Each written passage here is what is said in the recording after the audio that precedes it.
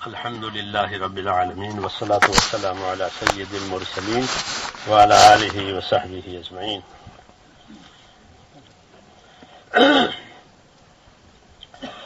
میرے پیارے بھائیو، سب سے بڑا انعام جو اللہ تعالیٰ کا ہے وہ ہے ایمان.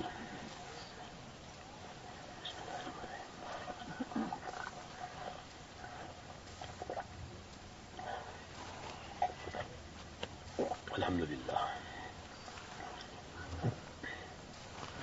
وہ اللہ کا بڑا انعام ہے، اور ایمان جو ہے وہ اللہ کے تعلق کا نام ہے. اللہ کا تعلق اللہ کا تعلق پیدا کرانے کے لیے ہی پیغمبر بھیجے گئے ہیں کہ بندوں کا تعلق اللہ تعالیٰ سے ہو جاوے. اس کے لیے انبیاء کرام اللہ تعالیٰ نے بھیجے ہیں، اور اس تعلق کا راستہ جو ہے ایمان اور علم دو ہے. جب اللہ سے کیسے تعلق پیدا کرو؟ ایک مشرک بھی کہتا ہے کہ مالک ہے، تو وہ ناقص ہے. جیسے مشرکین مکہ کہتے تھے کہ وَلَئِن سَأَلْتَهُم مَّنْ خَلَقَ السَّمَاوَاتِ وَالْأَرْضَ لَيَقُولُنَّ اللَّهُ، لیکن وہ معتبر نہیں ہے. وہ معتبر نہیں ہے ان کا یہ کہنا، اس لیے ان کی نجات نہیں ہوگی کہ مالک جانتے ہیں، خالق جانتے ہیں. اس لیے اللہ تعالیٰ اپنے نبیوں کو بھیجتے ہیں تاکہ لوگوں کو ایمان کی تلقین کریں، اور وہ انبیاء کرام جو ہیں سمجھاتے ہیں لوگوں کو، اللہ کی طرف بلاتے ہیں اور اللہ کی شانوں کو کھولتے ہیں. اللہ کی کیا شان ہے، ان کی شان، ان کی صفات، پھر ان کے معاملات. وذکرہم بایام اللہ جو آپ پڑھتے ہیں، کہ ان کو ایام اللہ سے تذکیر کرو کہ اللہ کے کیا معاملات ہوتے ہیں اپنے بندوں کے ساتھ رات دن. تو انبیاء کرام جو ہیں وہ اللہ تعالیٰ کی شانوں کو کھولتے ہیں تاکہ بندوں کے دلوں میں اللہ تعالیٰ کا تعلق آوے. کیونکہ کسی کی شان، صفات اور کسی کے کمالات کا علم ہو جاتا ہے تو آدمی کا دل اس کی طرف مائل ہوتا ہے. تو اللہ کی صفات ہیں جلالی، جمالی، اور وہ لامحدود ہے. صفات اللہ تعالیٰ کی لامحدود. تو وہ بتاتے ہیں کہ تمہارا پروردگار تو یہ ہے، اور تمہارا پروردگار یہ ہے، تمہارا پروردگار ایسا ہے. استغفروا ربکم ثم توبوا الیہ ان ربی قریب مجیب. استغفروا ربکم ثم توبوا الیہ ان ربی رحیم ودود. یہ تاکہ لوگوں کو اللہ تعالیٰ کی شانوں سے، اس کی صفات سے، پھر اس کے معاملات سے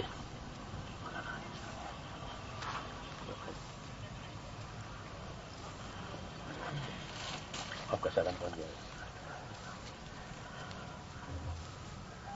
یہ بتاتے ہیں وہ تاکہ اس کی شان سے، اس کی صفات سے باخبر ہو کر کے پھر اللہ سے تعلق رکھے. کہ اللہ سے تعلق کس کا؟ کہ تعظیم کا، محبت کا، خشیت کا. یہ تعلق ہوتا ہے اللہ سے کہ اللہ کی خشیت بھی ہے. اور خشیت ایسے ڈر کو کہتے ہیں کہ تعظیم کے ساتھ ہو اور جس سے ڈرے اسی کی طرف جائے. اس ڈر کا نام خشیت. ایک خوف ہے کہ خوف جو ہوتا ہے وہ الگ ہے. خوف میں تو بھاگنا ہوتا ہے. جیسے فرعون سے موسیٰ علیہ السلام ڈرے تھے تو بھاگے، فَفَرَرْتُ مِنْكُمْ لَمَّا خِفْتُكُمْ. ایسے تو وہ الگ ہے، یہ الگ ہے. یہ تعلق والا خوف ہے، اس لیے جس سے ڈرے اسی کی طرف جائے. انی لاخشاکم واتقاکم للہ، حضور فرماتے ہیں کہ مجھے تم میں سب زیادہ میں اللہ سے ڈرنے والا ہوں. تو یہ خشیت، تو یہ تعلیم ہوتی ہے ایمان کی کہ اللہ کا خوف بھی آوے، پھر اللہ سے محبت بھی آوے، اور اللہ کی اطاعت بھی آوے. کیونکہ ایمان کا تقاضا ہی اطاعت ہوتا ہے. وہ ایمان معتبر نہیں ہے کہ یقین ہے اور اطاعت نہیں ہے. معصور دعاؤں میں آپ نے پڑھا ہے اللہم آتنی ایمانا لا یرتد ویقینا لیس بعدہ کفر ورحمتا انال بہا شرف کرامتک فی الدنیا والآخرہ.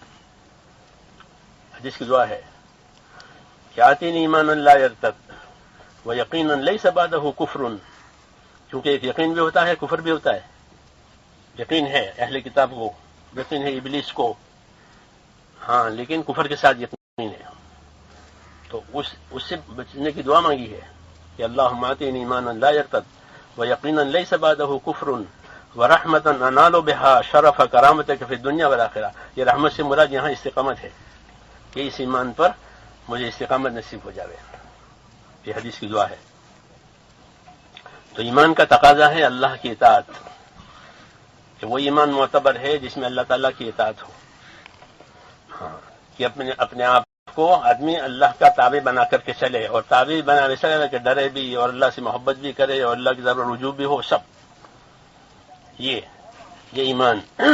اس لیے انبیاء کرام اللہ کی شانوں کو کھولتے ہیں، رحمت کی شانوں کو کھولنے. آپ حضرات حدیثیں پڑھاتے ہیں، الحمدللہ میں بھی اس میں ہوں. تو میں دیکھتا ہوں کہ جب حضور صلی اللہ علیہ وسلم کسی عمل کی بزرگی بتائیں گے تو اس کو آسمان تک پہنچا دیں گے، کوئی اس کے علاوہ کچھ ہے ہی نہیں. یہی ہے دیکھنا آئندہ آپ حضرات غور سے، کہ کسی حدیث میں کسی عمل کی فضیلت بتائی یا اس کی اہمیت سمجھائی تو وہ آسمان پر پہنچ گیا. ہاں، ما یعدل الجہاد یا رسول اللہ، قال لا ادری. کتنی اہمیت بتائی اس کی. اور نماز کی اہمیت بتائی تو کہ نماز ہے باقی کفر ہے، نماز نہیں ہے تو کفر ہے، کچھ نہیں، سب کچھ ہے، نماز ہے باقی کفر. آپ پڑھیں آپ حدیث کو. صدقے کی فضیلت بتائی تو سارے عناصر سے زیادہ طاقتور صدقہ ہے. کسی عنصر میں کوئی طاقت نہیں ہے، نہ زمین میں، نہ پہاڑوں میں، نہ ہواؤں میں، کچھ نہیں. سارے عناصر سے زیادہ طاقتور کہ مومن کا صدقہ. یہ بتائیں گے حضور صلی اللہ علیہ وسلم. تو یہ ان کا کام ہے کہ اطاعت سمجھانے اور اطاعت اس رات سمجھائیں گے کہ آدمی جو اللہ تعالیٰ کی اطاعت کرے گا ایمان کے تقاضے سے، اس کی کیا اہمیت ہے. جی ہاں، تو ایمان یہ اصل ہے. ہاں، کہ اس کی قوت سے ساری چیزوں میں قوت آئے گی، اس کے ذوق سے ساری چیزوں میں ذوق آئے گا. پھر ایمان جس طاعت کا تقاضا کرتا ہے اس کی حدود قیود ہونے چاہیے تاکہ اس میں اعتدال رہے. اگر اس کے حدود قیود نہیں ہیں تو اس میں اعتدال نہیں رہے گا، آگے نکل جائیں گے یا پیچھے رہ جائیں گے. تو اطاعت بتانا یہ نبیوں کا کام ہے. اطاعت کی تکمیل کے لیے علم آتا ہے کہ کس طرح اللہ کی اطاعت کرو گے اور کس طرح رسول کی اطاعت کرو گے. ہاں، کس طرح اپنے ذمہ داروں کی اطاعت کرو گے. جی ہاں، اطاعت کی حدود قیود اس کے لیے علم اتارا گیا تاکہ اس علم کو لیں اور اللہ کی اطاعت میں علی وجہ الکمال چلیں. کیونکہ جب اطاعت قائم ہوگی تو رحمتوں کے آنے کا یہ ذریعہ ہے. اطاعت اطیعوا اللہ واطیعوا الرسول لعلکم ترحمون، کہ اطاعت کرو اللہ کی، اطاعت کرو اس کے رسول کی تاکہ تم پر رحم ہو جائے. تو اطاعت جو ہے وہ اللہ کی رحمتوں کا آنے کا راستہ ہے، اور کوئی راستہ نہیں ہے. جس کے پاس اطاعت نہیں ہوگی وہ معاملہ کرے گا. یومئذ یود الذین کفروا وعصوا الرسول لو تسوی بهم الارض ولا یکتمون اللہ حدیثا. کچھ نہیں، کاش زمین سے ملیہ مٹ ہو جاتی، کچھ ہے ہی نہیں ہے. تو ایمان اور اطاعت یہ اہم چیز، اس لیے اللہ تعالیٰ نے اس کے لیے علم اتارا، انبیاء کرام کو علم دیا. یہی ان کا اصلی اثاثہ ہے کہ اس علم کے ذریعے سے اپنی زندگی کی تربیت کی جائے اور اپنی زندگی کی عملی چیزوں کو اعتدال پر لایا جائے. اس لیے علماء نے لکھا ہے کہ جو علم اللہ تعالیٰ نے ہم کو دیا ہے وہ حقوق کی معرفت کے لیے ہے. حقوق کی معرفت، تاکہ ہم حقوق کو پہچانیں. کیونکہ دنیا کو اللہ نے دار الحقوق قرار دیا ہے، جس طرح آخرت کو دار الاجور قرار دیا ہے. کہ آخرت جو ہے مولانا الیاس صاحب فرماتے تھے کہ دنیا دار الحقوق اور آخرت دار الاجور. جو یہاں حقوق ادا کرے گا وہ وہاں وہ اجر پائے گا. جی ہاں، تو حقوق کی معرفت کے لیے علم آیا ہے. اس لیے ہمارے علم میں سب سے زیادہ اہمیت اسی کی ہے. حقوق کو ادا کرو، اللہ کا حق، پھر اللہ کے بندوں کا حق. ہاں، اور اللہ کے بندوں کا حق اور مخلوق کا حق زیادہ. علماء نے لکھا ہے کہ 25% حقوق تو اللہ تعالیٰ کے ہیں اور 75% یہ ہمارے اپنے. 75% حقوق مخلوق کے ہیں. ہاں مشہور کتاب ہماری فقہ کی ہدایہ، اس کی ایک جلد جو ہے وہ عبادات پر ختم ہو جاتی ہے، پہلی والی، اور باقی تینوں شروع ہو گئے. ہاں نکاح سے لے کر کے پھر موت تک، وصیت اور میراث، یہ 3 جلدیں. یہ 75%، یہ 75% جو ہیں وہ حقوق آپس کے ہیں، کیونکہ حقوق کی ادائیگی پر ہی سلامتی آتی ہے، اور جب حقوق ادا نہیں ہوں گے تو دنیا میں سلامتی نہیں آئے گی. حضور صلی اللہ علیہ وسلم دعوت دیتے تھے اسلم تسلم، کہ اسلام قبول کر لو کہ سلامت رہو گے. ہاں کہ اس میں سلامتی ہے کیونکہ حقوق کی ادائیگی ہے. تو جو علم اللہ تعالیٰ نے ہم کو دیا ہے وہ اصل حقوق کی ادائیگی کے لیے ہے کہ اللہ کا کیا حق ہے. جیسے حضرت معاذ سے پوچھا تھا، یا معاذ تدری ماذا حق اللہ، فرمایا میں کیا جانوں اللہ تعالیٰ کا کیا حق، آپ بتائیں گے. تو صحابہ کی عادت تھی، تو یہ بتایا کہ اللہ تعالیٰ کا حق ہے کہ اس کی عبادت کی جائے، اس کے ساتھ کسی کو شریک نہ کیا جاوے. اللہ کا حق ہے عبادت کا کہ اس کے بندے بن کر کے زندگی گزاریں. جی ہاں.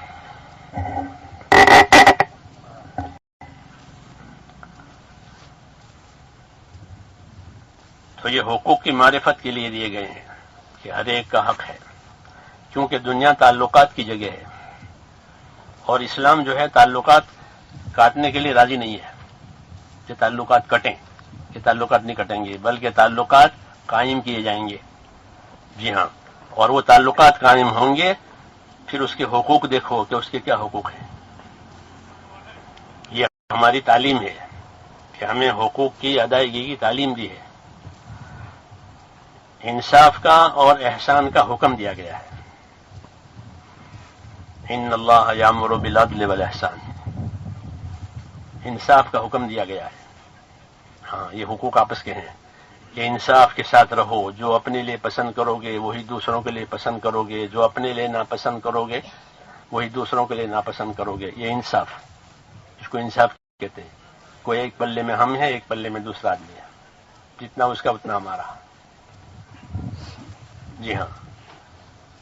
انصاف، اور انصاف سے اوپر احسان. انصاف واجبات میں سے ہے اور احسان جو ہے وہ استحباب میں سے ہے. جیسے نا زن و ارجح، کہ تول اور جھکتا دو، تو تولنا واجب ہے اور جھکتا دینا احسان. دونوں کی تعلیم دی ہے کہ تولنا یہ تو اس کا حق ہے اور اس کے ساتھ احسان کرنا یہ ہماری تعلیم ہے، یہ ہمارا دین ہے کہ ہم احسان بھی انصاف بھی کریں گے اور کیا نام احسان بھی کریں گے. ہاں یہ انبیاء کرام کی تعلیموں میں ہے. اور احسان سے اوپر ایثار ہوتا ہے، وہ احسان سے بھی اوپر ہے. ایثار کہ دوسرے کی ضرورت کو مقدم کرے، اپنی ضرورت کو مؤخر کرے، یہ ایثار کہلاتا ہے. یہ بہت اونچی بات ہے، یہ سب کے بس کی ہوتی نہیں. حضور صلی اللہ علیہ وسلم کے گھرانوں میں ایثار ہی رہتا تھا. آپ کے گھر میں کچھ نہیں ہوتا تھا، پانی رہتا تھا، کیونکہ جو آیا وہ ایثار ہو گیا، دے دیا گیا لوگوں کو، ان کی ضرورت کو مقدم کیا گیا. یہ تو غرض میرے کہنے کا یہ تھا کہ دنیا کو دارالحقوق بتایا گیا. کچھ حقوق کی ادائیگی کیسے ہوگی اس کے لیے علم اتارا اللہ تعالیٰ نے. یہ علم ہے کہ اسے اللہ کا اور اس کے مخلوق کا حق ادا ہوگا. اور چونکہ یہ علم سب کی ضرورت کی چیز ہے اس لیے اس کو ہمارے دین نے عمومیت دی ہے. حضور صلی اللہ علیہ وسلم نے اس کو بارش کے پانی سے تشبیہ دی ہے. مثل ما بعثنی اللہ من العلم والہدی کمثل غیث، بخاری شریف کی حدیث ہے، مشہور ہے کہ بارش کے پانی کی طرح ہے یہ جو علم و ہدایت مجھے دیا گیا ہے. وہ اس میں سب کا حق ہے، کسی کو منع نہیں کر سکتے. ہاں یہ اس میں سب کا حق ہے اور سب کو یہ پہنچنا چاہیے. ہاں ورنہ ان کی حیات کیسے گزرے گی؟ پانی کے بغیر حیات نہیں ہے. کیونکہ انبیاء کرام کی تمثیلات میں علوم ہوتے ہیں. کوئی ایک پہلو نہیں بلکہ کئی پہلو سے اس کی تمثیلات ہوتی، تشبیہات ہوتی. تو یہ پانی کی طرح سے ہے، اور پانی کے بغیر حیات نہیں ہے. وجعلنا من الماء کل شیء حی، یہ پانی کو سب کی حیات کا ایک سبب عادی بنا دیا اللہ تعالیٰ نے کہ اس کے خلاف ہوگا نہیں، پانی کے بغیر حیات نہیں ہے. ایک اسباب عادیہ میں سے بنا دیا، متعین ہے پانی ہونا چاہیے ورنہ حیات مشکل. تو جس طرح پانی کے بغیر حیات مشکل، اس طرح جو علم و ہدایت حضور صلی اللہ علیہ وسلم لے کر آئے ہیں اس کے بغیر کامیابی مشکل. اس علم و ہدایت کے بغیر کوئی کامیاب نہیں ہوگا، کیونکہ باقی جتنے علوم ہیں دنیا کے جو آدمیوں کی طرف سے ایجاد کیے گئے ہیں اس میں حقوق کی ادائیگی نہیں ہوتی. وہ تو یا اپنی ضرورتوں کے لیے ہوتے ہیں یا معیار زندگی کو اونچا کرنے کے لیے ہوتے ہیں. یہ اسی غرض ہوتی ہے کہ اپنا معیار زندگی اونچا کرو، چاہے حقوق ادا ہو نہ ہو، اس سے ان کو کوئی امانت داری ہو نہ کچھ نہیں. معیار زندگی اونچا ہو جاوے یا پھر کم سے کم ضرورتیں پوری ہو جائیں. اس کے لیے سارے فنون سارے وہ اسی لیے ہے. ہاں، اس لیے اس کو کوئی بھی لے سکتا ہے اور کسی بھی طریقے سے لے سکتا ہے. ہاں، اور یہ بدلتے بھی رہتے ہیں، بڑھتے بھی رہتے ہیں، حتمی نہیں ہے. یہ حتمی ہے ہماری چیز کہ اس میں کیونکہ اللہ تعالیٰ نے اتارا ہے یہ، اور سب کی حاجت ہے اس کے اندر. اس لیے اللہ تعالیٰ انبیاء کرام کو دعوت کے ساتھ بھیجتے ہیں، ان کو علوم بھی دیتے ہیں اور اس کے ساتھ کہ دعوت دیں گے. ہاں، اور دعوت بھی ایسے ماحول میں دیں گے کہ جس ماحول میں اس دعوت کی شنوائی نہیں ہے، اس کی پذیرائی نہیں ہے.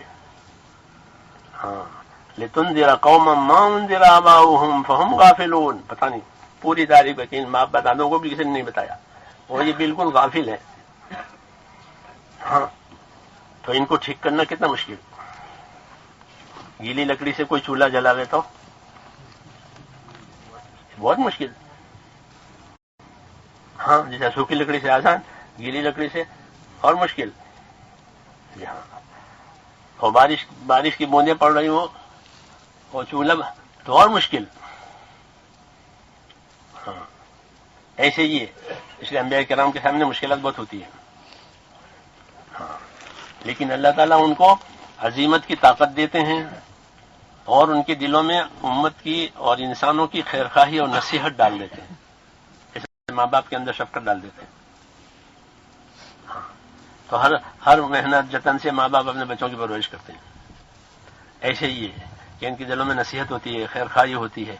وہ خالی مصلح نہیں ہوتے کہ بھئی ان کو سدھار دیں، ایسا نہیں ہوتا، بلکہ ان کے دلوں کے اندر ایک خیرخواہی کا جذبہ ہوتا ہے کہ کس طرح سے ان کا کام بن جاوے، کس طرح یہ سدھر جاویں. اس لیے وہ ان کے نہ ماننے سے مایوس بھی نہیں ہوتے اور ان کے ایذا دینے سے ناراض بھی نہیں ہوتے. ہاں، کہ ایذا دیں گے اور نہیں مانیں گے. کیا اب نہیں مانیں گے تو جب مانیں گے. جی ہاں، مجھے اپنا کام کرنا ہے.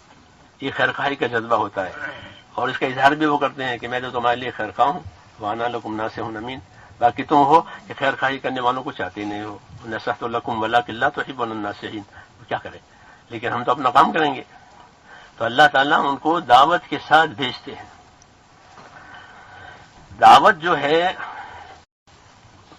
بے طلبوں میں طلب پیدا کرا دینا، یہ اس کی غایت ہوتی ہے کہ جو بے طلب ہیں وہ کیا ہو جائیں کہ ان میں طلب پیدا ہو جائے. جیسے بعض لوگوں کو بھوک نہیں لگتی تو ان کا علاج کیا جاتا ہے تاکہ ان کو بھوک لگے. بعض لوگوں کو نیند نہیں آتی تو اس کا علاج کیا جاتا ہے تاکہ انہیں نیند آوے، کیونکہ اس کے بغیر زندگی کا بقا مشکل ہے. بھوک ہی نہیں لگتی اور نیند ہی نہیں آتی تو کب تک رہے گا ایسا. ہاں، اس لیے اس میں نیند آوے اور کیا نام اس میں کھانے کی رغبت، اس کے اندر بھوک پیدا ہو، کیونکہ بھوک نعمت ہے. بھوک ایک نعمت ہے جو اللہ پیدا کرتے ہیں اندر، اور پھر اس نعمت کو کھانا دے کر اس کی تکمیل کرتے ہیں. تو بھوک بھی اللہ پیدا کرتے ہیں، رزق بھی اللہ دیتے ہیں، دونوں. ایسے ہی یہاں تو لوگوں میں بے طلبی ہوتی ہے کہ وہ اس کو سننے ماننے کے لیے تیار نہیں ہوتے. ہاں، اس لیے انبیاء کرام اپنے آپ کو اوپر سے نیچے لاتے ہیں. ہاں، بیت علموں میں جائیں گے اور انہیں کس اسلوب سے سمجھائیں گے. تو انبیاء کرام کا اسلوب جو اللہ تعالیٰ نے بتایا وہ یہ ہے کہ وما نرسل المرسلین الا مبشرین و منذرین. یہ ان کا اسلوب ہے بات کرنے کا، کام پہنچانے کا. کوئی سیطرہ نہیں، کوئی زبردستی نہیں کہ ہم اس کے مسیطر ہیں کہ ان پر چھا جائیں، کہ ایسا نہیں ہوگا. بلکہ اللہ تعالیٰ اپنے نبیوں کو کہ مبشرین اور منذرین بنا کر کے بھیجتے ہیں. انہیں بشارتیں سناؤ کہ اللہ تعالیٰ نے تمہارے لیے یہ تیار کیا ہے، تمہارے لیے یہ تیار کیا ہے. جی ہاں، ان کی صداقت بھی ہوتی ہے انبیاء کرام کی، ان کے سامنے وہ جانتے ہیں اور پھر وہ بات بتاتے ہیں. تو انہیں مبشر بنا کر بھیجتے ہیں، انہیں منذر بنا کر بھیجتے ہیں. انجام سے ڈرانا، انذار کیا، انجام سے ڈراؤ ان کو تاکہ وہ راستے پر رہیں، خطرے میں نہ جائیں. تو یہ ان کا اسلوب ہوتا ہے. اس اسلوب سے ہی وہ سمجھاتے ہیں. بشارتیں سنائیں گے اور ایسی بشارتیں سنائیں گے کہ آدمی کا ضمیر بیدار ہو جاوے. ہاں، حضور صلی اللہ علیہ وسلم ایسا فرماتے کبھی کبھی کہ فلاں کام ہے اور جو کرے گا اس کو یہ ملے گا، بولو کون تیار ہے. جی ہاں، تو اس کا ضمیر بیدار ہو جاتا ہے کہ میں ایسی دعا مانگوں گا جو آدمی فلانا کام کرے، آج کی رات چوکیداری کرے، میں اس کے لیے ایسی دعا مانگوں گا کہ اس دعا کی بزرگی اور فضیلت اس کو مل کے رہے گی.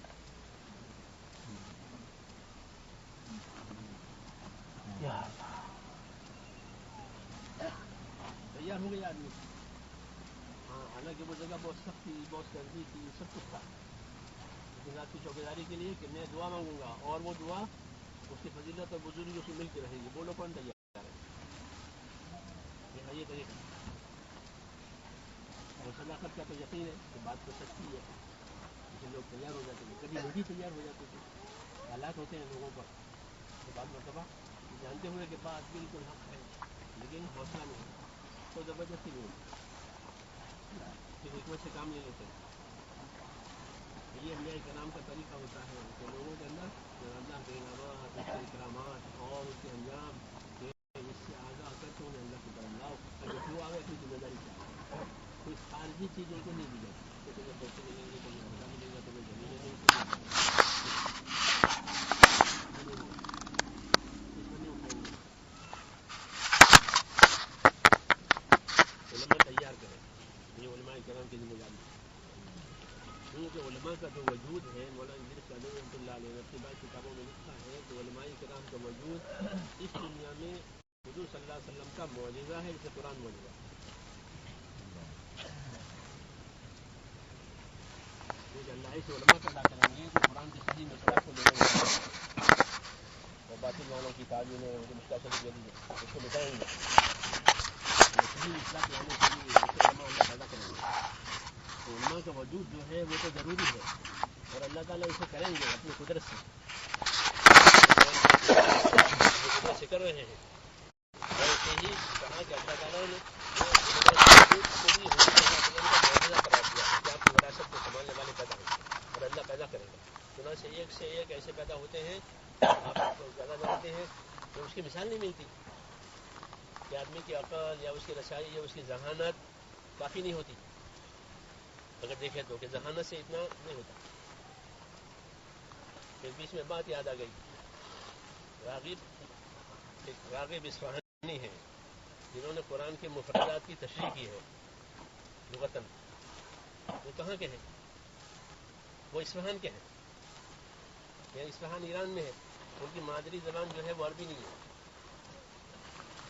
اور وہ قرآن کی جو لغات ہیں اس کی اصلی تشریح کریں لغت میں کہ یہ کلمہ اس کام کے لیے، یہ کلمہ اس زبان میں لیے، یہ کلمہ اس معنی کے لیے.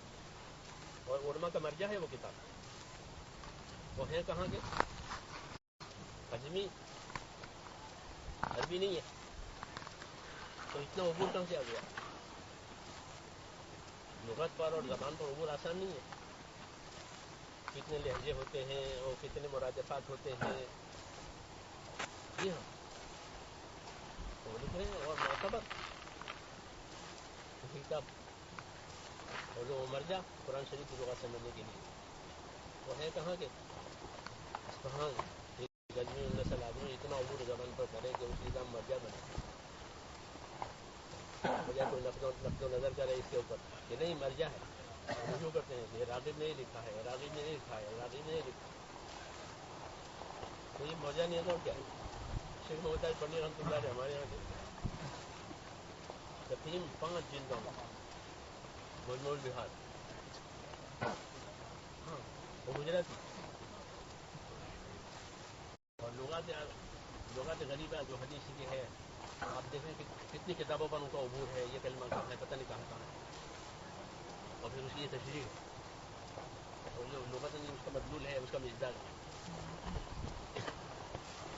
اسی مولانا ادریس صاحب رحمۃ اللہ علیہ نے لکھا کہ علماء کا وجود اس امت میں یہ بھی اللہ کا رسول صلی اللہ علیہ وسلم کا موقع ہے کہ اللہ تعالیٰ ایسے لوگ پیدا کرتے ہیں، لیکن حضور صلی اللہ علیہ وسلم کی دعوت کا اور آپ کے دین کا جو اصلی مقصد تھا اس کا خوشی احیاء کا یہ ذریعہ ہے، ایسے اللہ تعالیٰ انہیں صلاحیتیں عطا کرنے کے لیے مخیر الرقوع بھی۔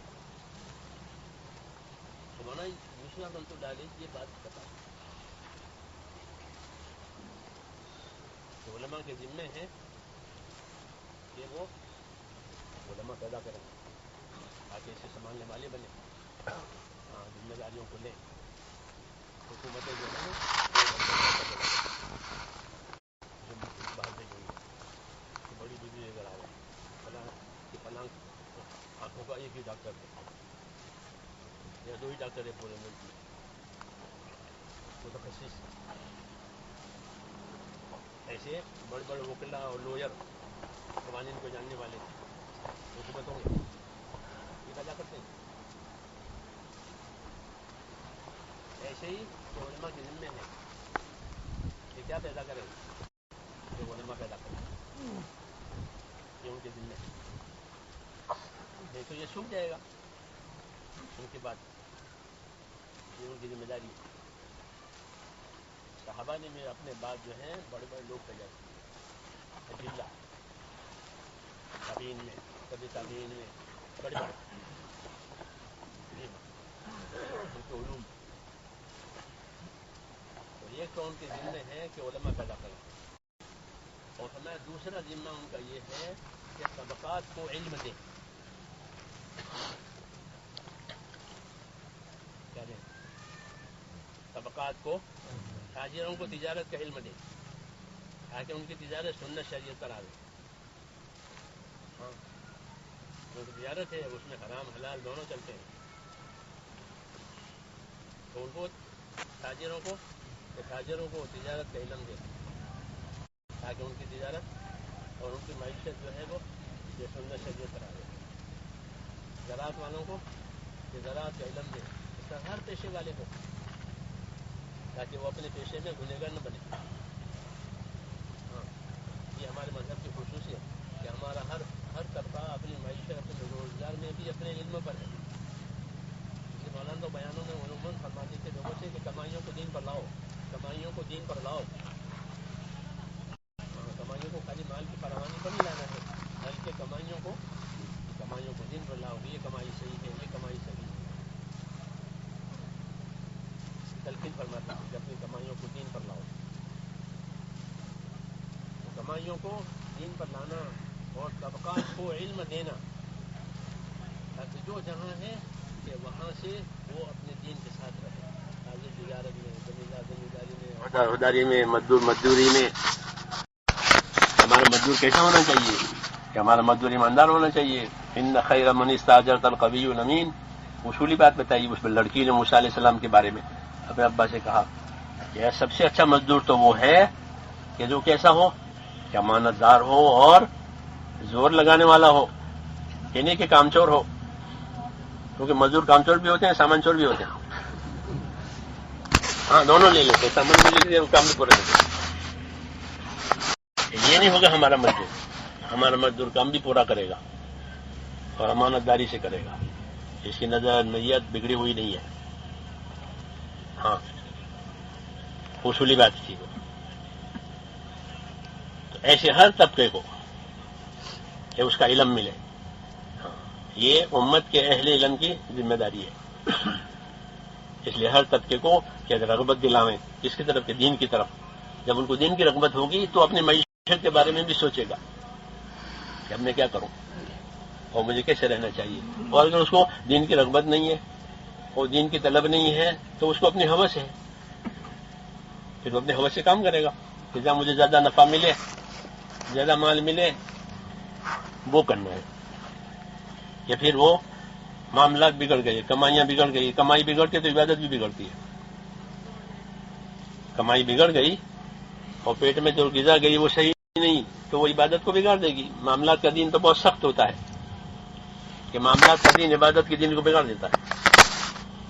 ہاں، معاشرت کا دین بھی، کہ معاشرت کا دین بگڑا ہے تو عبادت کے دین کو بگاڑ دے گا. کیونکہ معاشرت صحیح نہیں، لوگوں کے ساتھ رہن سہن صحیح نہیں. حدیث میں وہ جو عورت پڑوسیوں کو ستاتی تھی، عبادت گزار تھی، وہ جہنم میں چلی گئی کیونکہ اس کی معاشرت دوسروں کے ساتھ کی صحیح نہیں ہے. جی ہاں، یہ اشارے ہیں کہ ان کی معاشرت خراب ہے، ورنہ یہ عبادت گزار تھی. دوسروں کے ساتھ کا رہن سہن، معاشرت رہن سہن کو کہتے ہیں، وہ صحیح نہیں تھا. ایسے لین دین صحیح نہیں، لین دین صحیح نہیں تو وہ بھی باقی دین کو بگاڑ دے. اس لیے مولانا فرماتے تھے کہ لوگوں کی زندگیوں میں دین تو عبادت کے راستے سے داخل ہوگا. بھائی کلمہ والے تھے، پھر ان کو لا کے نماز والا بنایا، پھر ان کو آگے اور سمجھایا بجھایا، وہ آگے دیندار بنے. تو کلمہ نماز یہ تو نماز میں دین میں آنے کا ذریعہ، عبادت کے ذریعے سے دین زندگی میں آئے گا، اور معاملات کے راستے سے نکل جائے گا. تو معاملات خراب ہو گئے، کھانا کمانا یہ ہو گیا. اس لیے کہتے ہیں ان کو دین دینا ان کے ذمے ہے، تاکہ اپنے اپنے معاملات میں، اپنے اپنی معیشت اور روزگار میں یہ ان کے پاس اس کا علم ہو. ہاں، اور اس علم پر وہ اس میں عمل بھی کریں. تو یہ عمل تو جب کریں گے جب ان کے سامنے دین کی اہمیت آوے، دین کی رغبت آوے، آخرت کی اہمیت آوے، تو وہ سمجھیں گے. ویسے پہنچا دینا پہنچ جائے گا لیکن کفایت نہیں ہوگی، کیونکہ وقت سے پہلے ہے. جیسے میں نے سنا ہے وقت سے پہلے، کہ وقت سے پہلے ہضم نہیں ہوگا. بات ٹھیک ہے، اس سے انکار نہیں ہے، لیکن اس سے ذمہ داری پوری نہیں ہوتی. ہاں، بلکہ ذمہ داری تو یہ ہے کہ اس میں صلاحیت پیدا کراؤ اور اسے دو تاکہ وہ اس کو ہضم ہو جائے، پھر اس کے عمل میں آوے. وہ یہی مقصد تھا دین زندہ کرنے کا، ان کے عمل میں آوے. تو اگر اہمیت آتی ہے تو وہ پوچھے گا کہ میں اس کو کیا کروں، کہ میرے لیے کیا طریقہ ہے. تو یہ ہر معیشت والے کو اس کا علم دینا. میں اکثر سناتا ہوں، میں نے پڑھا امام ابو حنیفہ رحمۃ اللہ علیہ مینا میں اپنے بال کٹوانے کے لیے بیٹھے تو جو بال مڑنے والا آیا وہ سامنے بیٹھ گئے. تو وہ کہنے لگا کہ قبلہ رخ بیٹھ جا. وہ نہیں جانتا تھا کون ہے یہ، اور احرام میں کون پہچانتا ہے؟ احرام میں کوئی نہیں پہچانتا دو چادروں میں کہ کون صاحب ہے. تو امام سے کہنے لگے کہ قبلہ رخ بیٹھ جا بال کٹوانے کے لیے. ہاں، تو امام قبلہ رخ بیٹھ گئے، پھر سر جھکایا تو کہا داہنی جانی میری طرف کر، داہنی جانی سے کاٹوں گا. تو داہنا رخ کیا، پھر کہنے لگا کہ کبیر اللہ اکبر بول. ایسے میں بھول گیا کوئی 5-6 مسئلے انہوں نے بر وقت بتائے، وہ بال کاٹنے والے نے ٹوک ٹوک کر کے. ہاں، تو امام حیران ہے. امام نے حیرانی سے پوچھا میں نہیں لگا حاصل علم، یہ علم کہاں سے آیا؟ کیونکہ مناسک کا علم بہت کم لوگوں کو ہوتا ہے، جیسے میراث کا علم بھی بہت کم لوگوں کو ہوتا ہے. مناسک میراث اس کے جاننے والے تھوڑے ہوتے ہیں. جی ہاں، کیونکہ ہر ساری عمر میں ایک ہی مرتبہ ہے اور مخصوص جگہ پر ہے، اس لیے اس کی چیزیں بہت کم محفوظ ہوتی ہے. تو امام نے حیران ہو کر پوچھا کہ یہ کہاں سے؟ تو انہوں نے بتایا میں نے عطا ابن ابی رباح سے یہ علم لیا ہے. ہاں، جو عبداللہ ابن عباس کے خادم ہیں، ان کے مولا غلام ہیں، تو انہوں نے غلاموں کو علم دیا ہے. ہاں، غلام ہے تو غلام راحت رسانی کے لیے نہیں ہے فقط میں غلاموں سے راحت لی جائے یا اپنی ضرورتیں پوری کر بھی جائے، بلکہ وہ حضرات ان کو اپنے خادموں کو، اپنے غلاموں کو، غلام کا درجہ تو خادم سے بھی نیچا ہے کیونکہ غلام تو مملوک ہوتا ہے، تو ان کو علم دیتے تھے کہ ہم سے علم سیکھو. ایک طرح غسل فرما رہے تھے تو کسی عضو کے دھونے کے بارے میں یاد نہیں رہا کہ میں نے کتنے بار دھویا، تو اس سے پوچھا اپنے خادم سے کہ میں نے کتنے بار دھویا، کہ مجھ کو معلوم نہیں ہے. کہ اللہم ملک تجھے پتا نہیں، تم دیکھنا چاہیے میں کتنے بار دھو رہا ہوں. تاکہ تو بھی سیکھے، وہ بھول ہو تو بتاوے. تو طبقات کو علم دینے کی یہ ہے شواہد ہیں یہ کہ طبقات کو علم دو تاکہ ہر طبقہ جو ہے اپنی اپنی زندگیاں کہ اپنے علم کے ساتھ گزاریں. یہ حضور صلی اللہ علیہ وسلم کی بعثت کا مقصد تھا. جی ہاں، لیکن ایک دم علم دینے سے وہ ہضم نہیں ہوتا، بلکہ ان میں ہمیت، طلب یہ پیدا کی جاتی ہے. ہاں، میں نے کہا نہیں، حق کی رفتار دھیمی ہوتی ہے، آہستہ آہستہ استعداد پیدا ہوتی ہے اسے لینے کی. اگر بے وقت دے دیں تو وہ بات آئی گئی ہو جائے گی، اور اگر اہمیت پیدا ہوئی ہے تو وہ خود اپنی ضرورت سمجھ کر کے پوچھے گا کہ اس کو کیا کروں. ہمارے ہاں یہ بنگلے والی مسجد وہ توسیع ہو رہی تھی، نیچے سے توڑ کر کے اوپر وہ کر رہے تھے. تو جو نیچے کا فرش تھا جس پر برسوں سے نماز پڑھی جا رہی تھی اسے اکھاڑا گیا. تو جو اس پر مقرر تھا مشرف انجینئر، ایک جوان تھے علی گڑھ کے، متشرع تھے.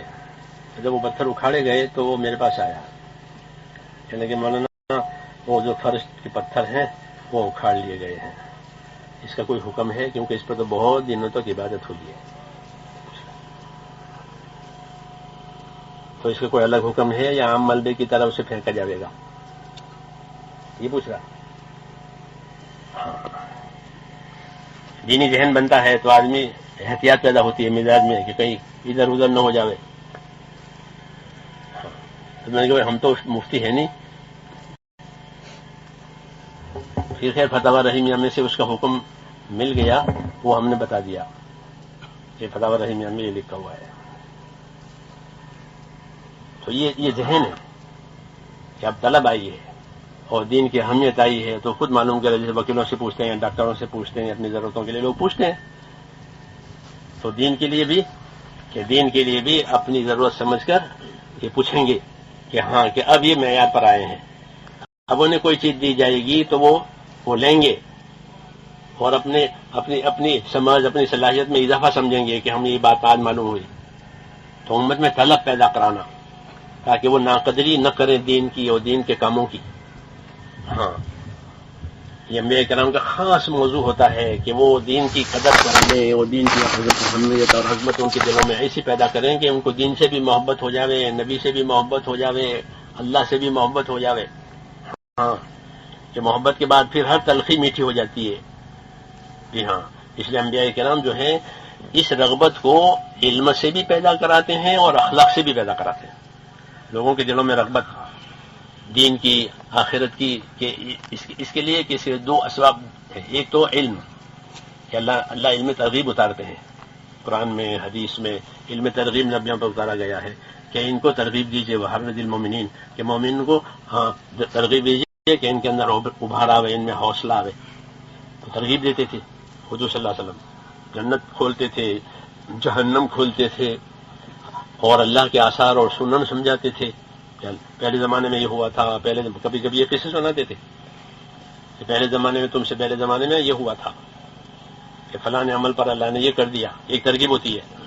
ہاں، قصص کے ذریعے سے اور نصوص کے ذریعے سے ترغیب دی جاتی تھی. بہت ترغیب کا بڑا ذخیرہ علماء نے جمع کیا ہے، مستقل. جیسے شریعت ایسے مستقل احکام کے علاوہ تاکہ ترغیب ہو جاوے. یہاں تک کہ حدود کی ترغیب ہے، شرعی حدود قائم کرنے کی فضیلتیں ہیں. جیسے نماز کی فضیلت ہے، ذکر کی فضیلت ہے، کہ شرعی حد قائم ہو جائے. چور کے ہاتھ کاٹنے کی کیا فضیلت ہے؟ جی ہاں، اس کے فضائل ہیں، اس کی ترغیبات ہیں اور اس کی اہمیت ہیں. ہاں، تاکہ مولانا جی صاحب اس پہلو کو مذہب کی جان بتاتے تھے کہ اندر کا احتساب، اندر کا یقین کہ اس پر اللہ یہ کریں گے، اس پر اللہ یہ کریں گے، اس پر یہ نہیں کریں گے تو اس پر اللہ کی طرف سے یہ ہوگا. فرماتے تھے اندر کا جو احتساب مسلمان کے دل میں پیدا ہوتا ہے وہ مذہب کی روح ہے، اور اوپر کا عمل کہ وہ اس کا خول ہے. تو خول بھی صحیح ہونا چاہیے، اندر کی روح بھی ہونی چاہیے کہ اندر ایمان اور احتساب اور اللہ کے وعدوں کا، اس کے فیصلوں کا یقین پیدا ہو تاکہ وہ اس کے خلاف نہ کر سکے. ہاں، اندر سے کہیں بھی رکھے اس کو اللہ، ہاں، لیکن وہ اس احتساب کے ساتھ حکم سے آگے نہیں جائیں گے، حکم پر رہیں گے. ہاں، یہ کیفیت بڑھتے بڑھتے تقوی تک پہنچ جاتی ہے. پھر تقویٰ انہیں ہر خیر سے مالا مال کرتا ہے، ہر شر سے بچا دیتا ہے. احتیاط میدان میں آ جاتی ہے کہ بغیر پوچھے کریں گے نہیں، اور جو بتایا اس کے خلاف کریں گے نہیں کہ ہاں کیا بات آ گئی. تو ایک ترغیب ہوتی ہے علم سے، اور ایک ترغیب ہوتی ہے اخلاق کے ذریعے سے، کہ ان کے ساتھ برتاؤ ایسا کیا گیا کہ ان کے دلوں کے اندر عظمت پیدا ہو گئی، قدرتیں سب صاف ہو گئی. پہلے قدرت تھی نبی سے، دشمنی تھی، اب کہ بس اب صاف ہو گئی. کیوں؟ کہ ان کا برتاؤ ایسا دیکھا، ان کے اخلاق ایسے دیکھے، ان کی دیانت ایسے دیکھی. تو اخلاق کا برتاؤ یہ جاہلیت کا جواب ہے. کہ جاہلیت کا جواب کس سے دیا جائے گا؟ کہ اخلاق سے. اگر جاہلیت کا جواب جاہلیت سے دے تو لڑائی پکی ہو گئی. ہاں، وہ جاہلیت کٹے گی نہیں، بلکہ تعلقات کٹیں گے، جاہلیت نہیں کٹے گی.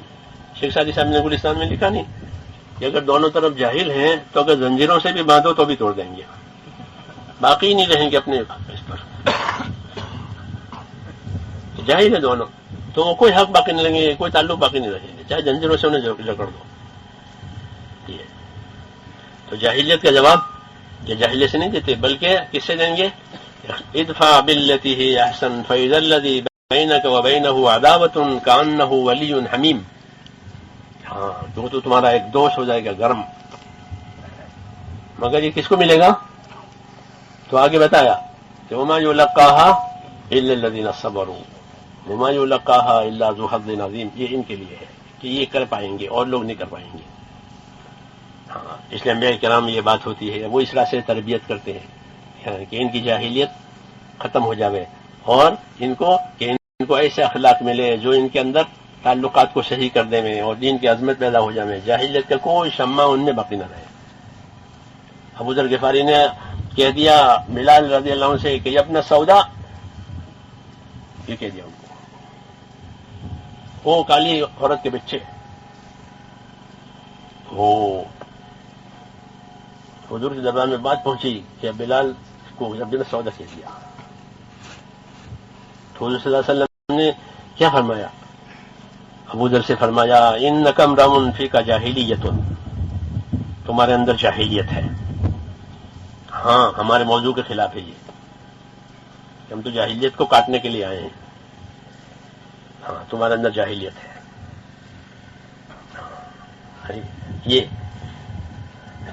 تو اخلاق سے کہ جاہلیت کا جواب. تو حضور صلی اللہ علیہ وسلم نے جاہلیت ہی آپ کے سامنے، ہر نبی اخلاق کے ساتھ بھیجا جاتا ہے، اس کے سامنے جاہلیت ہوتی ہے، اس لیے وہ اخلاق سے چلتے ہیں اور اخلاق کا برتاؤ دکھاتے ہیں لوگوں کو. قدرتی طور پر ان کے زندگی سے اخلاق ظاہر ہوتے ہیں، اس لیے ان کا کمال ظاہر ہوتا ہے. پھر ان کی طرف انقیاد و تابعداری ان کی بڑھتی ہے، ان کی طرف ان کے اخلاق دیکھ کر کے.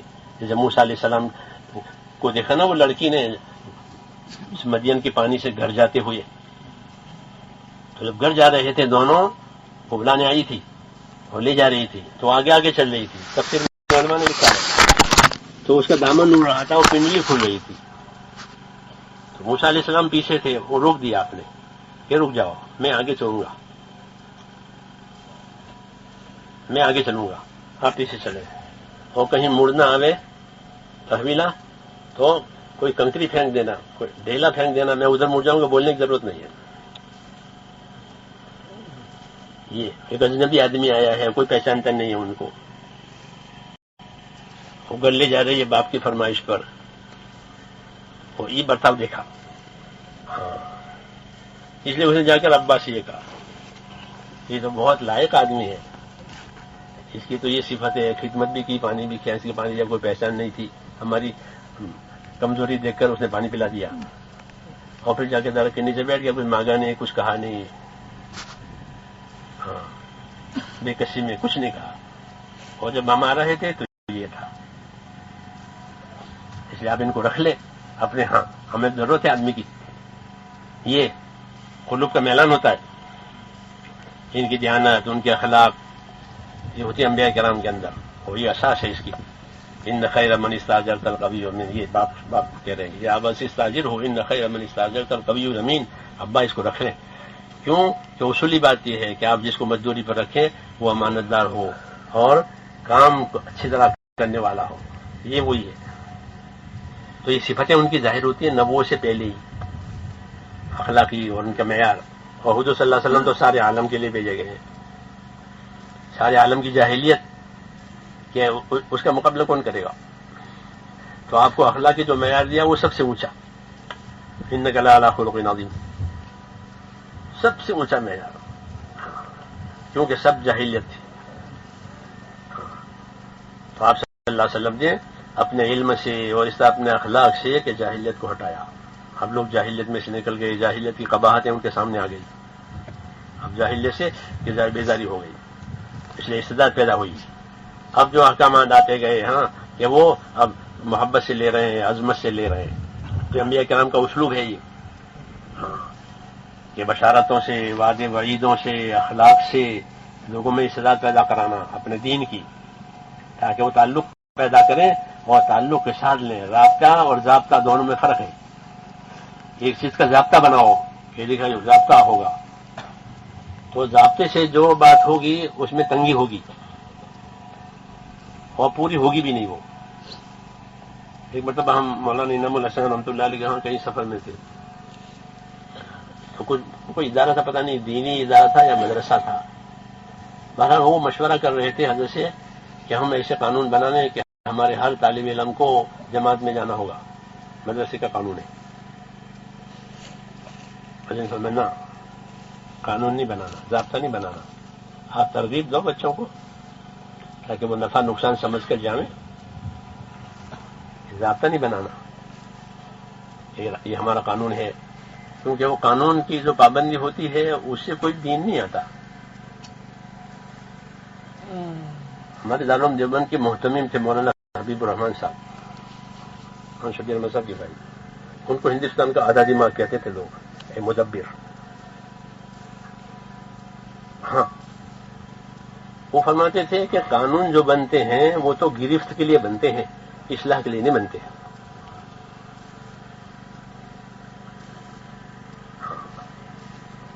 یہ قانون سے کہ قانون سے پکڑ سکتے ہو، اصلاح نہیں کر سکتے. چنانچہ قانون دنیا میں بنتے رہتے ہیں، شراب کے بندی کے، اس کے تو کچھ کیا چھوا تو آپ سب جانتے ہیں. یہ ضابطے کہلاتے ہیں. یہ ضابطے کی بھی ضرورت ہوتی ہے، انکار نہیں ہے، لیکن رابطے کا اثر زیادہ ہوتا ہے کہ ہمارا ان کا رابطہ ہے.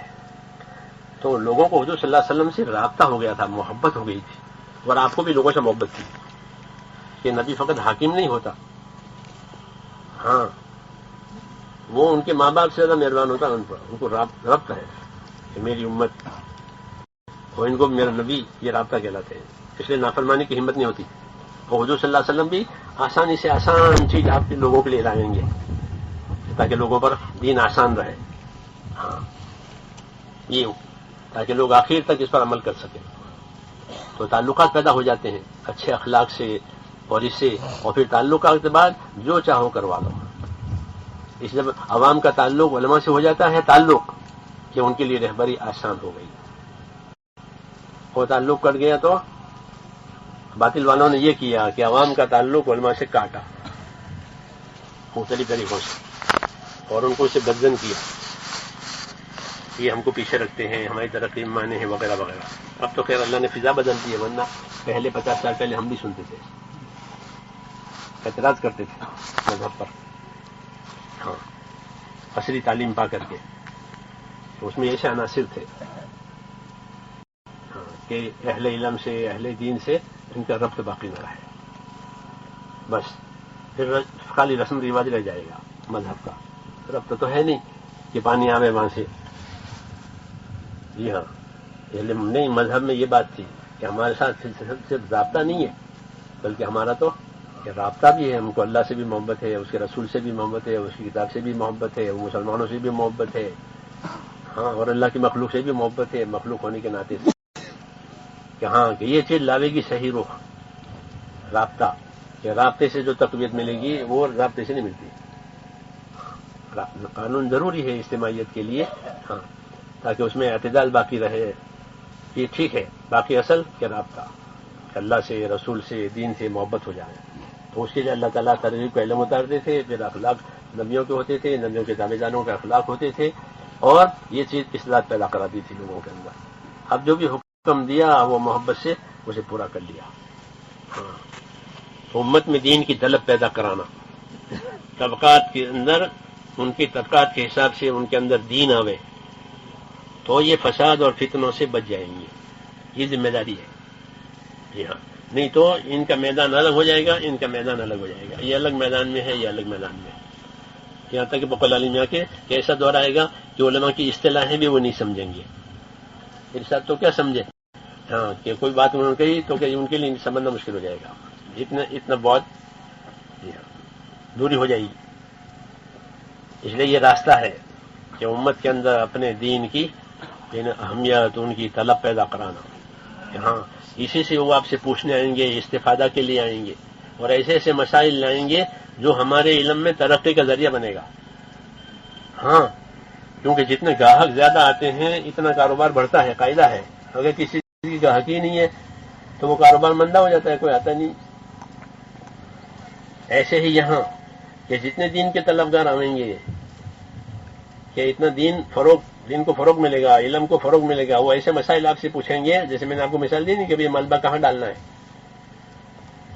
ہاں، ایسے ڈال دیں جیسے وہ ملبے ڈالے جاتے ہیں، مگر ایسا نہیں کہ پوچھ کے ڈالیں گے. ہاں، ایسے اور مسائل ہمارے سامنے آتے ہیں نمونے کے کہ بھی ایکسیڈنٹ ہوا.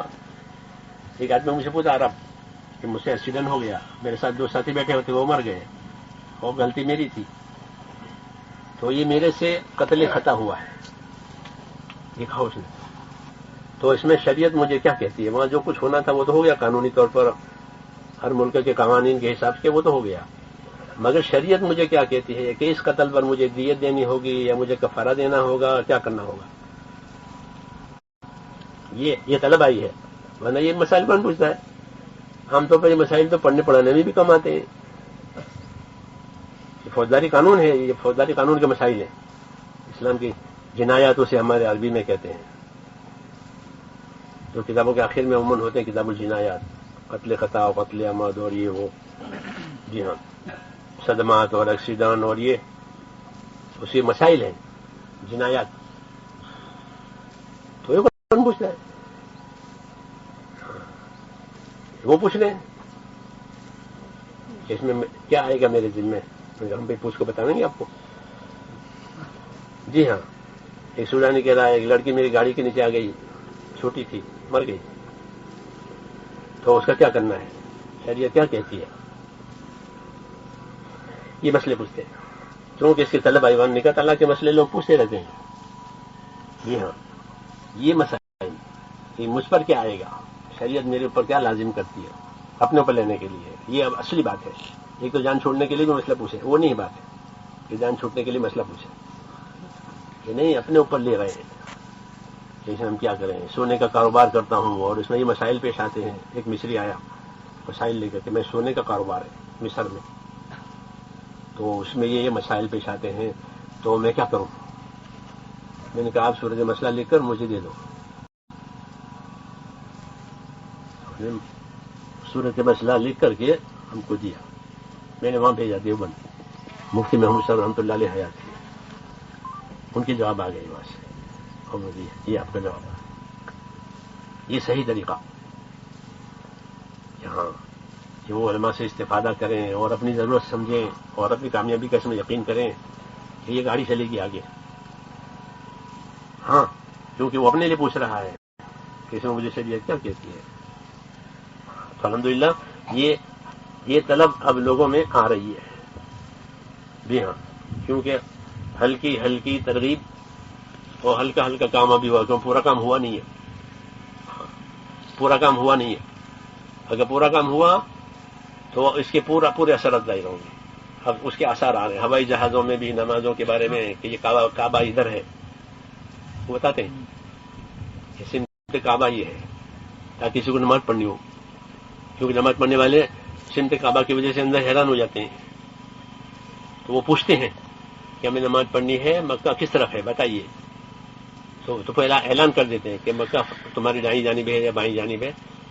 جی ہاں، اور جو بعض کمپنیاں ایسی ہوتی ہیں تو وہ تو باقاعدہ ٹیلی ویژن پر آتا ہے کہ کعبہ اتنے میل دور ہے اور اس سمت میں ہے.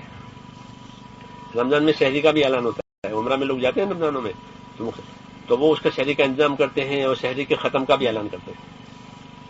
کہ اب ختم ہو رہی ہے، اب نہیں کھائیں گے، کیونکہ ہمارے اندر آئے گا کچھ تو لوگ دیکھیں گے کہ یہ ان کی ضرورت ہے. پہلے انگلینڈ میں جاتے تھے تو جائے ضرورت سب اونچے والی، اب وہ نیچے والی ہو گئی. ہاں یہ نماز کی جگہ ہو گئی، ہمارے دلی میں نماز کی جگہ ہو گئی، ایئرپورٹ پر لکھا ہوا ہے. نماز بننا یہاں نہیں تھا، بنے صرف ایئرپورٹ پر نمازوں کے لیے کمرے بنے ہوئے ہیں اور وضو کی جگہ بنی ہوئی ہے. اب یہاں بھی بن گیا. جب مسلمانوں میں کوئی چیز آئے گی تو وہ ہاں ہمارے اندر ہی نہ ہو تو انہیں کیا ضرورت ہے کہ ہماری نماز کی جگہ بنا رہے اور ہمیں قبلہ کے سم دکھاویں. جی ہاں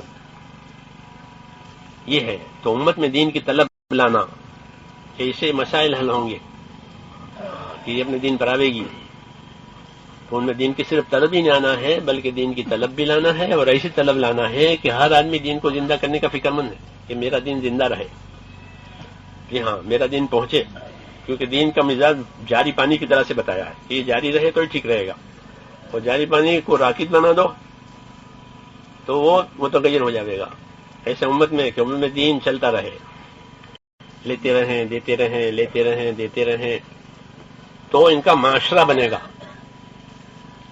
لین دین سے دین لینا. ہاں امت کو حضور صلی اللہ علیہ وسلم نے حرکت پر چھوڑا ہے. جیسے چکی کے لیے حرکت ضروری ہے، اگر چکی کی حرکت ہو رہی ہے تو چاروں طرف آٹا گرے گا، اور چکی کی حرکت بند ہو جائے تو پھر کچھ نہیں، پتھر پر پتھر، کوئی نتیجہ نہیں. ایسے امت کی حرکت، کہ امت کی حرکت چلتی رہے دین لے کر کے، تو پھر ان کا دین بڑھتا رہے گا، ان کا دین پھیلتا رہے گا، ان کا معاشرہ بنے گا. سب سے بڑی بات معاشرہ، ان کا ماحول.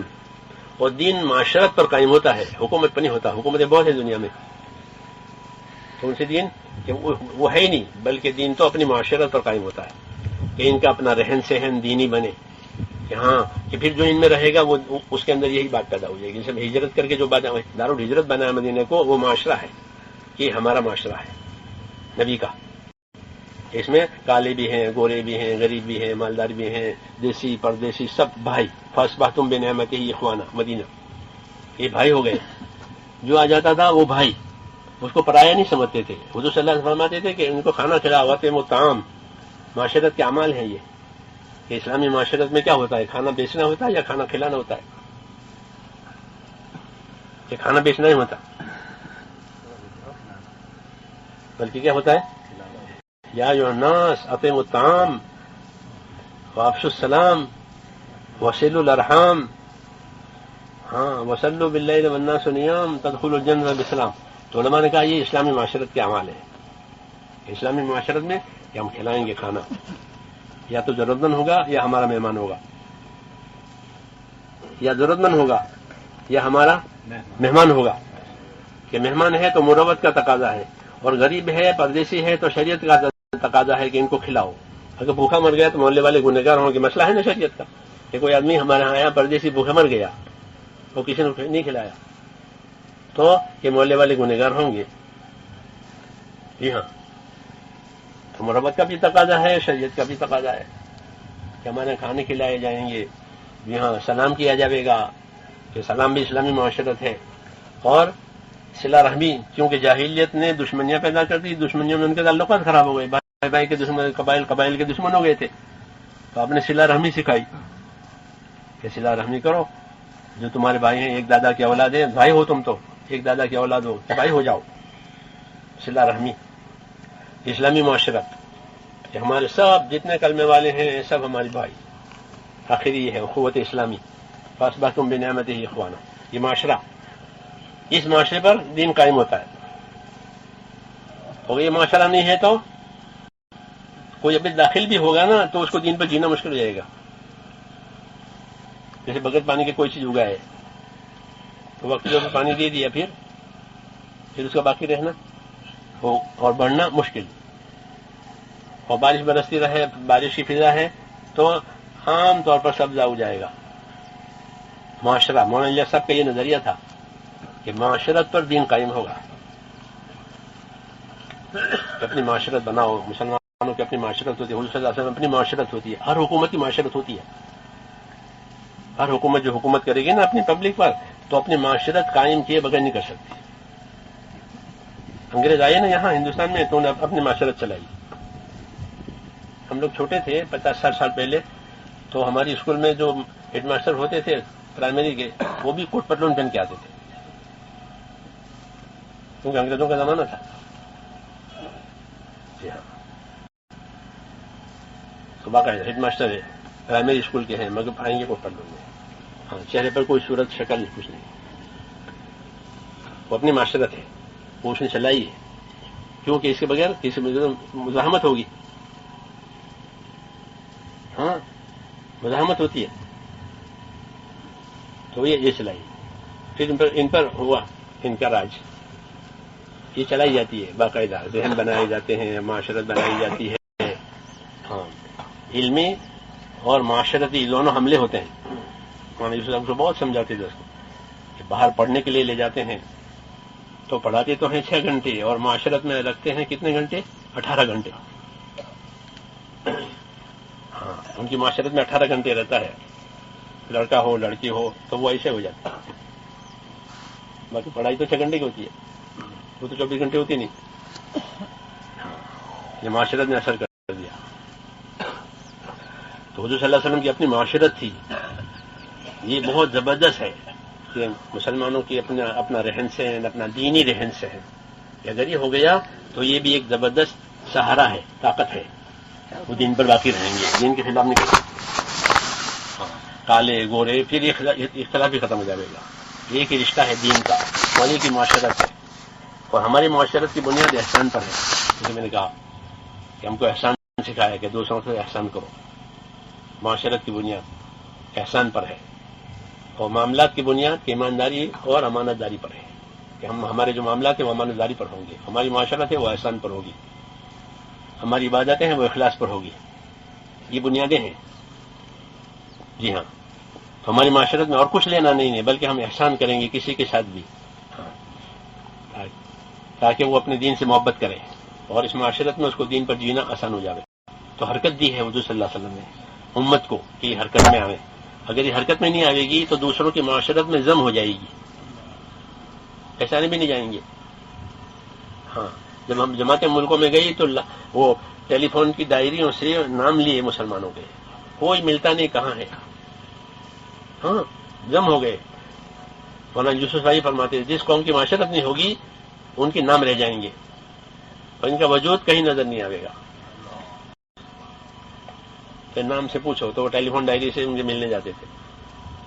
کس نمبر پر ہے ان کی تو ملتے تھے. کوئی شکل شباہت نہیں. 20 سال پہلے وہ آدمی مر گیا جس کا نام ڈائری میں ہے. اب ان کے بچے ہیں وہ اس معاشرت میں ضم ہو گئے ہیں.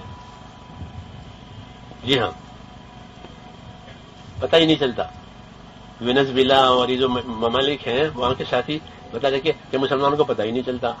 پھر کیا کیا کہ قبرستان میں گئے. قبرستان میں کیا ملے گا بھلے آدمی کہ سنو تو صحیح. یہ قبرستان میں کتبے ہیں. کتبے ان کی قبروں پر ہے کہ فلانا فلانا فلانا. میں ملاوی گیا باہر گئے تو وہ ہمارے بمبئی کے انند پوری کارکن شریف بھائی بہت پرانے کارکن تھے ہمارے شریف بھائی. وہاں ان کا انتقال ہو گیا. ملی موسیٰ سامرودی یہ دونوں گئے تھے اجتماع میں تو ان کا وہاں انتقال ہو گیا. اب ان کے بیٹے وہاں ہیں مدرس ہیں ماشاءاللہ خدمت کرتے ہیں. وہ بھی ان کی اہلیہ بھی. تو وہ ہم جاتے ہیں وہاں ملاوی ان کی قبر پر کینیا میں. ہاں کینیا میں ہاں نیروبی میں. تو سب کتبے سے اور پختہ قبروں سے وہ قبرستان بھر چکا لیکن کتبے سب پر لکھے ہوئے یہ فلانا. اکثر پاکستانی ہیں وہاں مدفون ہیں. تو مجھے کہنا ہے کہ ہم قبرستان میں گئے تو کتبے ملے مسلمانوں کے نام کے. اب اس کا پتہ لگایا کیونکہ اس میں وہ اسم العائلہ بھی ہے یعنی قبیلے کا نام سب نام وغیرہ ہوتے ہیں نا. کہ اسے تلاش کیا یہ اسرا یہ خاندان کہاں ہے. اس سے بہت سے مسلمانوں کے پتہ ملے جو ہے یخرج الحی من المیت. اللہ کی شان ہے. ٹھیک ہے پتہ نہیں کیا سجائی ان کو اور ان کی بات صحیح کیونکہ میں تو یہ نیروبی میں نے ہم نے خود دیکھا. ان کے قدرے لکھے ہوئے ہیں نام لکھے ہوئے ہیں پاکستانی ہے. کیونکہ ان کی معاشرت نہیں رہی وہ ضم ہو گئے. اب پتہ ہی نہیں چلتا پگھل گئے. آپ نے کیسے نکالنا؟ مولانا الیاس صاحب رحمۃ اللہ علیہ اپنی دعوت کو کہتے تھے کہ میری یہ جو دعوت ہے، اللہ نے مجھے جو محنت دی ہے، یہ محنت یہ ذرے ثقیل کا کام کرے گی. یعنی کوئی وزنی چیز زمین میں پانی میں بیٹھ جاتی ہے تہ میں، تو پہلے زمانے میں اس کو ریشم کے ڈوروں سے اوپر لاتے تھے. اب تک وہ مشینیں آ گئی نیچے سے اوپر لانے کی.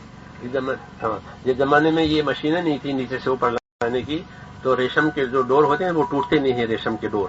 تو اس کو اسے کنڈا لگا کر کے پھر وہ گوتا لگانے والا جاتا تھا، اور جو کشتی یا جہاز ڈوبا ہوا ہے اس میں اس کو پھانس دیتا تھا وہ کنڈے کو. پھر گریلی جس طرح کنویں سے پانی کھینچتے ہیں، ایسے وہ ریشم کے ڈور سے جو کنویں سے اس کو کھینچتے تھے، تو وہ نیچے تہ میں جمی ہوئی وہ مایا اوپر آ جاتی تھی. کیونکہ ہماری یہ دعوت یہ کام کرے گی کہ جو لوگ نیچے بیٹھ گئے ہیں اپنے معاشرت میں، اپنے ماحول میں، پتہ ہی نہیں کہاں ہیں، کہ اللہ تعالیٰ ان کو اس سے اوپر لائے. بہت لوگ اس سے اوپر آئے ہیں، لوگوں نے اندر کھود لگایا، ان کا پتہ لگایا اور ان کو دعوت دی. اب وہ اپنی اصلی جگہ پر آ گئے. اب انہیں احساس ہوا کہ ہم تو ایسے نہیں تھے، یہ تو ہمارا تو یہ مقام تھا، ہماری یہ حیثیت تھی، ہم اس خاندان کے تھے، اور الحمدللہ وہ چلے ذرے ثقیل، یعنی جیسے ڈوبے ہوئے کو اوپر لائیں گے. تو یہ کام رواج کے خلاف ہے، رواج کے خلاف کام ہے یہ، کہ جو رواجی طریقے ہیں وہ کارگر نہیں ہوتے. جی ہاں، یہ رواج کے خلاف کہ اپنی محنت لگاؤ، اپنی تدبیریں لگاؤ، ترغیب اور اخلاق اور اپنی قربانی، کہ اس سے جو ہے پھر اللہ تعالیٰ اس کی راہ کھولیں گے، اور لوگ تعلق میں ہم سے تعلق رکھیں گے. ہمارے مولانا سید خان صاحب تھے مدینے میں، تو ہم سے فرما رہے تھے کیرالہ میں ان کے ساتھ گیا تھا، تو علماء کو جمع کیا تھا، تو علماء میں ان کا بیان ہوا. وہ بیان کے دوران میں مولانا نے یہ فرمایا علماء کرام سے کہ دیکھو، جس کو دین سکھاؤ گے وہ آپ سے محبت کرے گا.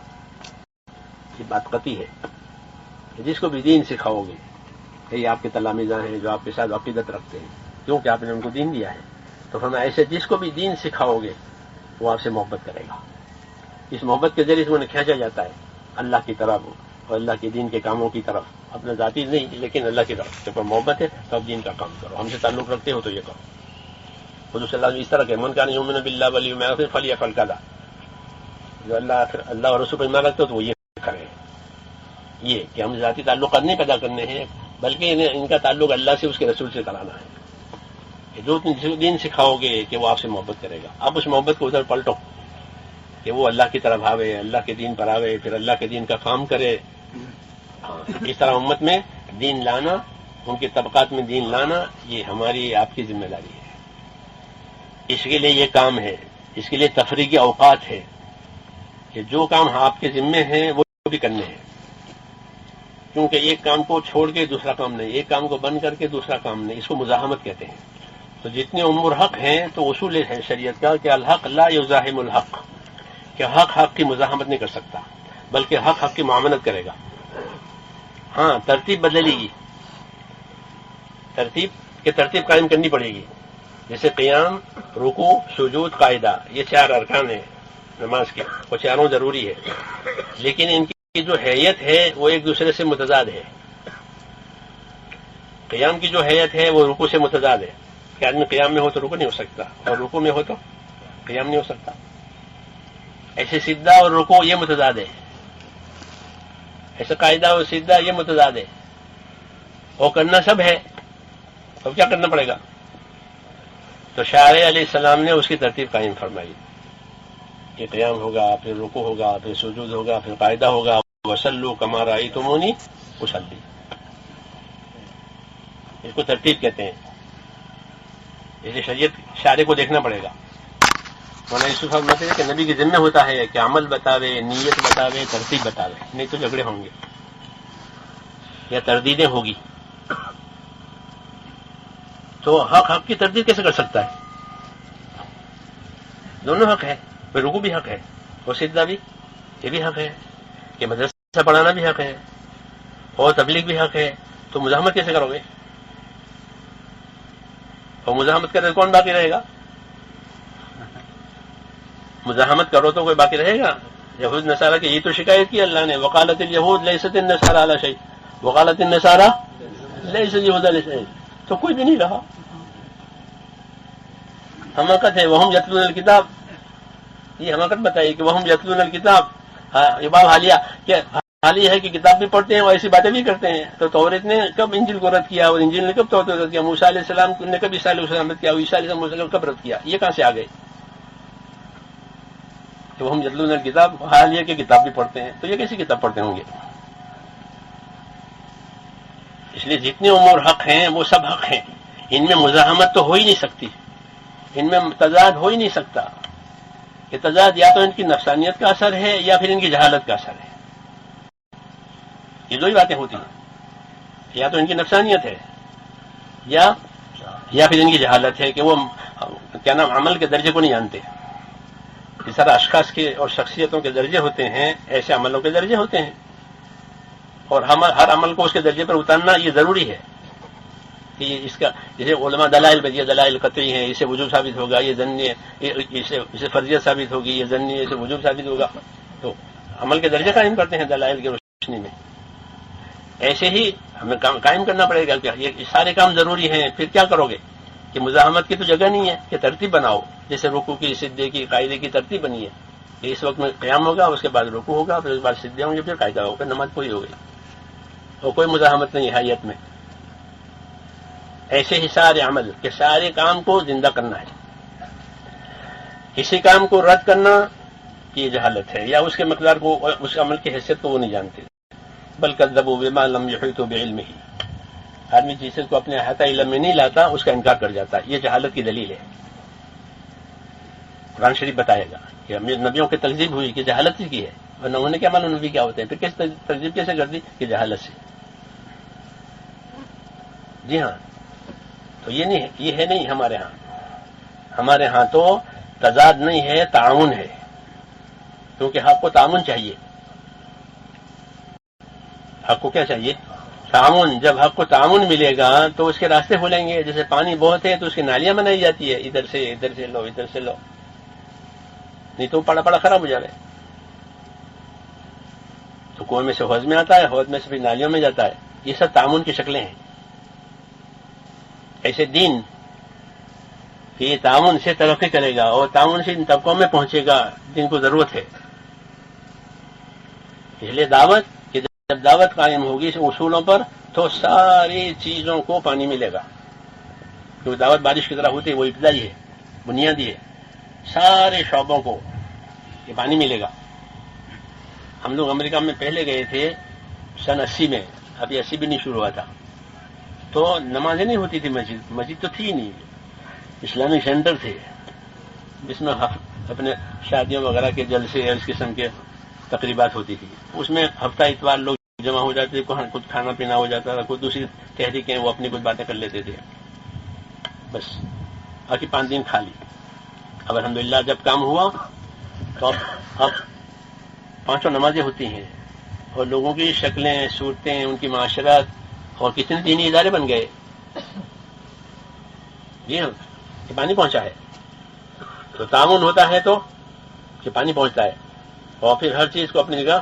کیونکہ دعوت کا مقصد بھی تو سارے دین کو زندہ کرنا ہے. کوئی خالی 5 کام زندہ تھوڑے کرنے ہیں کہ سارا دین زندہ کرنے کے لیے پورا دین محمد صلی اللہ علیہ وسلم جو